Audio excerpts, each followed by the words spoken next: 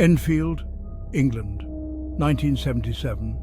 A quiet suburban neighbourhood where life seemed to move at a gentle pace, untouched by the chaos of the world. A seemingly ordinary house on Green Street becomes a terrifying spectacle. What was once a home filled with laughter and warmth turned into a place of fear and dread. No one prepared for the nightmare that unfolded. The air grew thick with tension, and shadows seemed to move with a life of their own. The Hodson family, trapped within, faced something evil, something unexplainable. Their nights were filled with terror, and their days were haunted by the unknown. This is the story of the Enfield Poltergeist, a tale that has baffled experts and terrified those who have heard it. This wasn't just a haunting, it was an invasion of their sanctuary, a relentless assault on their peace of mind. This was a demonic siege, an evil force that seemed to take pleasure in their suffering, feeding off their fear. Objects moved on their own, furniture overturned, disembodied voices whispered threats. The very fabric of their reality was torn apart. The Enfield case became one of the most well-documented paranormal events ever. Investigators, both professional and amateur, flocked to the house, each trying to make sense of the chaos. Even now, it chills me to the bone.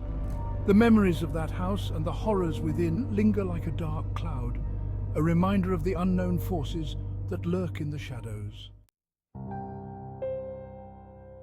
Peggy Hodson, a single mother, lived at 284 Green Street with her 4 children.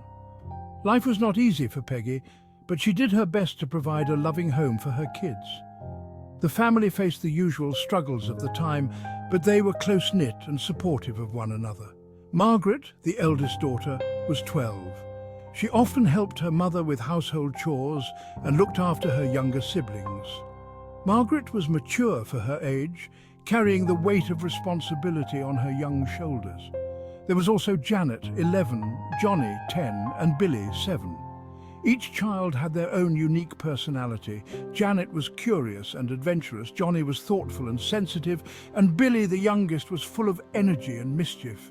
They seemed like an ordinary family. They enjoyed simple pleasures like playing games together and sharing meals.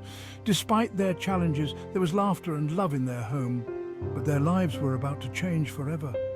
Imagine their terror when strange things began to happen. Objects moved on their own, and eerie noises filled the house.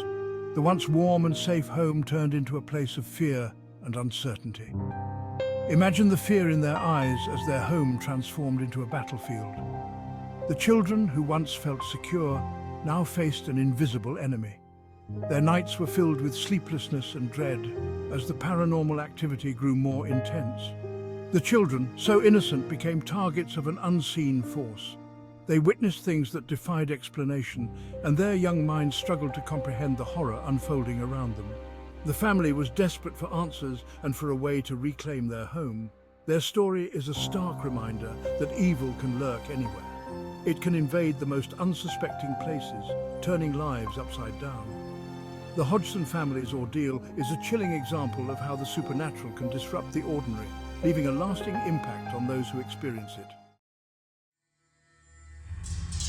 It began subtly, small noises, objects slightly out of place. Peggy dismissed it as the children playing pranks, but the activity escalated.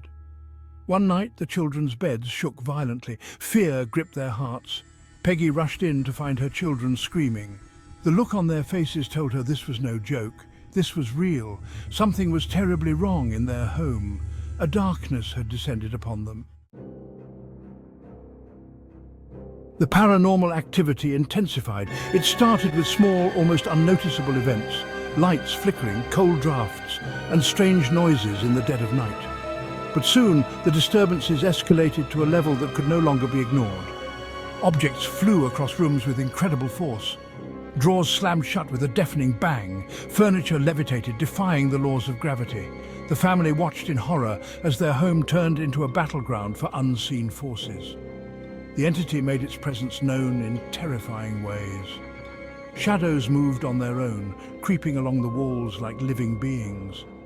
The air grew thick with a sense of dread, as if the house itself was alive and watching. Voices, guttural and menacing, echoed through the house.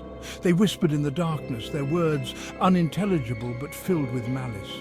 The family could hear them at all hours, a constant reminder that they were not alone. One voice, identifying itself as Bill, claimed to be a former resident who had died in the house. Bill's voice was distinct, filled with anger and resentment. He spoke of his life, his death, and his refusal to leave the place he once called home. The voice taunted the children, threatened them with harm. It seemed to take pleasure in their fear, growing louder and more aggressive whenever they showed signs of distress. The children were terrified, unable to escape the relentless torment. Janet, the youngest daughter, seemed to be the epicenter of the activity. Strange occurrences followed her wherever she went. Objects moved on their own, and she often felt an unseen presence watching her every move. The entity focused its malevolence on her. Janet's nights were filled with nightmares, and her days were plagued by inexplicable events. The family knew they had to find a way to protect her, but the entity's power seemed to grow stronger with each passing day. News of the Enfield haunting spread like wildfire. Neighbours reported strange noises. Journalists flocked to Green Street. Paranormal investigators, including Ed and Lorraine Warren, arrived to witness the phenomena firsthand. The evidence was compelling. Photos captured objects in mid-air. Recordings documented the disembodied voices. Witnesses, skeptical at first, left the house convinced that something truly evil had taken hold. Skeptics emerged, claiming the events were a hoax. They pointed to inconsistencies in the children's stories, suggesting it was all an elaborate prank. But the sheer volume of evidence was hard to ignore. Even today, some remain unconvinced. But for those who experienced the Enfield haunting firsthand, there was no doubt. They had stared into the abyss, and the abyss had stared back. The Enfield Poltergeist case remains a mystery. Was it a genuine haunting, a manifestation of repressed trauma, or something else entirely? The answers remain elusive. The events at 284 Green Street serve as a chilling reminder that there are forces beyond our understanding. Forces that can terrorize and torment. Forces that leave us questioning the very nature of reality. The Enfield Poltergeist, a haunting legend, continues to send shivers down our spines.